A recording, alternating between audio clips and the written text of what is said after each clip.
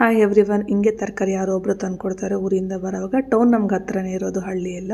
So ಯಾರಾದ್ರೂ ಹಿಂಗೆ ಬೆಳೆದಿರೋ ಟೊಮೊಟೊ, ಕೋಸು ಏನೇ ಆಗಲಿ ಬೆಳೆದಿರೋ ತೊಗೊಂಬರ್ತಾರೆ. ಇವತ್ತು ಅಷ್ಟೇ ಅವ್ರು ಬರೋವಾಗ ಕೋಸು ಟೊಮೊಟೊ ತೊಗೊಂಬಂದಿದ್ರು.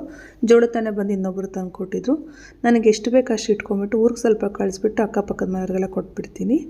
ಜೋಳತಾನೆ ಜಾಸ್ತಿನೇ ಇತ್ತು. ಸ್ವಲ್ಪ ಬೇಯಿಸ್ಬಿಟ್ಟು ತಿನ್ನೋಕೆ ಇಟ್ಕೊಂಡು ಈ ಥರ ಕ್ರಿಸ್ಪಿಯಾಗಿ ಸ್ವೀಟ್ ಕಾರ್ನ್ ಮಾಡೋಣ ಅಂತ ಟ್ರೈ ಮಾಡಿದೆ. ತುಂಬ ಚೆನ್ನಾಗಿ ಬಂತು.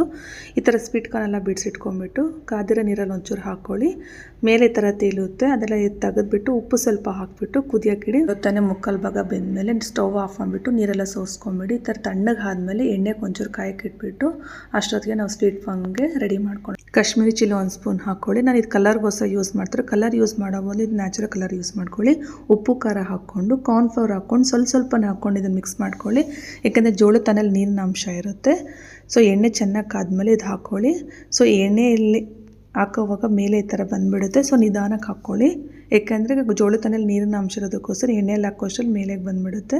ಸೊ ತುಂಬ ಚೆನ್ನಾಗಿತ್ತು, ಚೆನ್ನಾಗೂ ಬಂದಿತ್ತು ರೆಸಿಪಿ ಕೂಡ. ಲಾಸ್ಟಲ್ಲಿ ಸ್ವಲ್ಪ ಚಾಟ್ ಮಸಾಲ ಹಾಕ್ಕೊಂಡು ತಿನ್ನಿ. ಈವ್ನಿಂಗ್ ಸ್ನ್ಯಾಕ್ಸಾಗಿ ತುಂಬ ಚೆನ್ನಾಗಿರುತ್ತೆ. ನಾವು ಮಾಡಿರೋ ಐಟಮ್ ಏನಾದರೂ ಮಕ್ಕಳು ತಿಂದ್ಬಿಟ್ಟು ಚೆನ್ನಾಗಿದೆ ನಮ್ಗೆ ತುಂಬ ಖುಷಿ ಆಗುತ್ತೆ. ರೆಸಿಪಿ ಅಂತೂ ತುಂಬ ಚೆನ್ನಾಗಿತ್ತು. ಸೊ ನನ್ನ ಚಾನಲ್ ಫಸ್ಟ್ ಟೈಮ್ ನೋಡ್ತಿದ್ರೆ ಪ್ಲೀಸ್ ಸಬ್ಸ್ಕ್ರೈಬ್ ಮಾಡ್ಕೊಳ್ಳಿ, ಲೈಕ್ ಮಾಡಿ, ಶೇರ್ ಮಾಡಿ, ಕಾಮೆಂಟ್ ಮಾಡೋದು ಮಾತ್ರ ಮರಿಬೇಡಿ.